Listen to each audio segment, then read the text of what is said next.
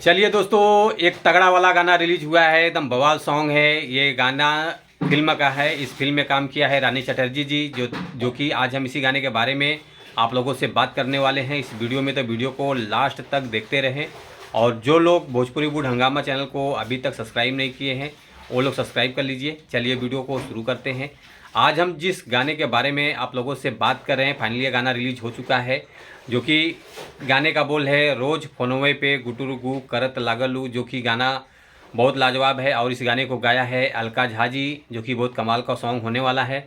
और गीत है शेखर मधुर जी का और संगीत है ओम झा जी का, जो कि कमाल का म्यूजिक है। और गाना बहुत ज़बरदस्त लिखा हुआ है, बहुत प्यारा सॉन्ग है।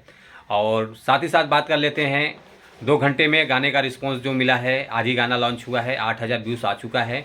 और लाइक आया है 80 और कमेंट आया है 2। अभी ये फिल्म जो कि आप लोगों को देखने को मिलेगा B4U भोजपुरी चैनल पे, और गाना भी इसी चैनल से रिलीज हुआ है।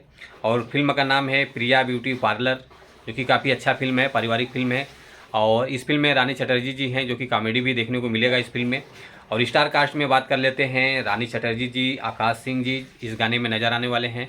तो आप लोग गाने को देखिए, सपोर्ट कीजिए, प्यार दुलार आशीर्वाद दीजिए इस गाने को।